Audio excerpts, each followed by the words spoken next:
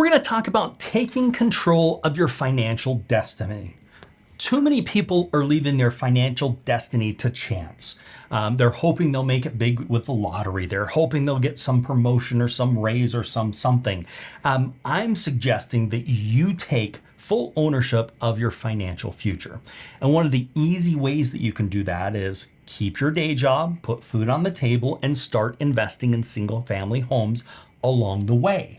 Okay, that's how you can do it. Don't wait for Social Security and hoping that's going to pay out. Social Security is all but bankrupt right now. Don't wait for your pension. Most employers don't even offer those. And don't wait for some other financial strategists. Take control of your financial future today. And the way that you can do that is by simply investing in single family homes. And the way that you can invest in single family homes is actually buying properties and holding on to them.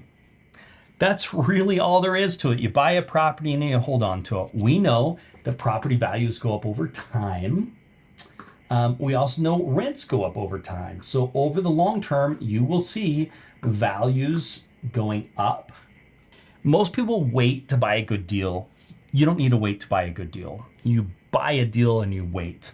And here's why I say that. Even if you look at some of the worst economic times, like 2008, you can see it went down for a few years, but a few years later, it was back up to where that it was. So as long as you have staying power, which means you can hang on to the property during those rough times, then you are in good shape. Now, some people say, well, what's going to happen to rents over that period of time? Well, if we come back here to 2008, 2009, you can see rents went up during that period of time. Now, maybe they went down for a few months and then came back up, but lots of people that were getting foreclosed on needed a place to live, and they became great tenants of mine and lots of other wonderful landlords. So you can see that even if values go down, as long as you can keep paying the payment, paying it down, you're going to be seeing rents go up over the long term, and you're going to be seeing values going up over the long term as well.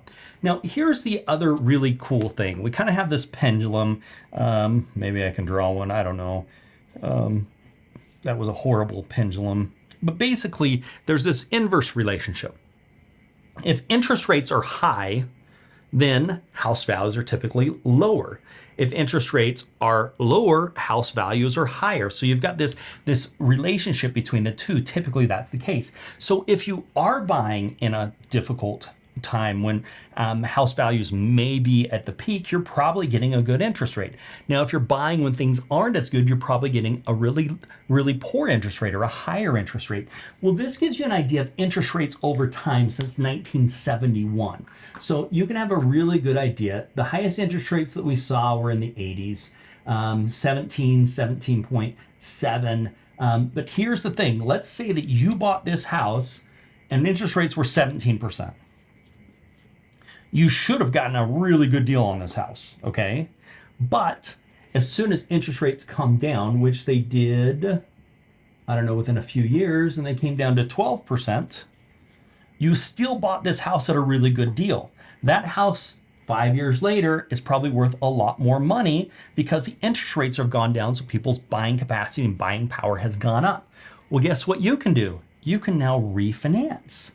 You can just refinance the house, and you would be saving a bunch of money. Let's look at how much, okay? So the difference between, so you bought it at a time where values were low, you held onto it until a time interest rates went back down. Now, this is worst case scenario, but let's just look and see what's this. So let's just say it was 200,000. This is back in the 80s, and interest rates were 17%. Let's calculate that. So the payment on that would be $2,851. That's without taxes and insurance. That's principal and interest. Now, let's say you're making your payment, you're getting by, you're doing that, and then you go and refinance. You can calculate that, and at 12%, it's $2,057. Well, that gives you $800, let's call it, $800 more per month that you can then go to paying off the loan. Well, okay, let's say interest rates. What happens to the interest rates again? Oh, look, interest rates came down again. Great, interest rates are now at 9%. So we're gonna say, what would that look like? Well, interest rates come back to 9% and I refinance it again. And, whoops, calculate, 1609. Okay, so now I'm $1,250 less in my payment at 9% than I was at 17%. But I still got a really good deal on the house, where right now this house is probably worth quite a bit more, and I can use all that money to then go towards paying down the debt. Okay, so that's the thing. People wait for a good time to buy real estate. Well, at a good time to buy real estate isn't when the market's good, it's when the market isn't as good, and you want to be buying those properties. Yes, your interest rates may be higher, but you can always refinance. Now, let's look at the reverse. Let's say right now interest rates are around 6%. So let's say you buy a house, you get a 30-year fixed loan, and 5 years later interest rates go to 17%. What happens to your interest rate? Nothing. It stays the same. That's why you got a 30-year fixed rate. Your payment stays the same. The only reason that would go up is if your property taxes went up or if your insurance went up. That's the only reason why you would see an increase in your payment. But your principal and your interest payment would stay the same because you've got a 30-year fixed loan. And that's the really cool thing about this. You can refinance to a lower rate, but if rates go up, you still keep your same low rate as long as you don't do something stupid and get into some type of a loan that's a variable rate loan, which you should not be doing. Okay, so we want to be using these fixed rate loans on a 30-year fix. If rates go down, then we are able to refinance and we are able to take advantage of that. So I can be buying properties when the values are lower because interest rates are higher. And if I can hang on to those and then refinance when interest rates get lower, I'm creating myself more margin. I'm making more because the value of the property has gone up as those interest rates have came down, and I'm able to refinance and increase my monthly spread so that I can use all that money to pay towards the property to have it paid off even sooner. So that's one of the massive powers of single family houses and how you can use them to your advantage.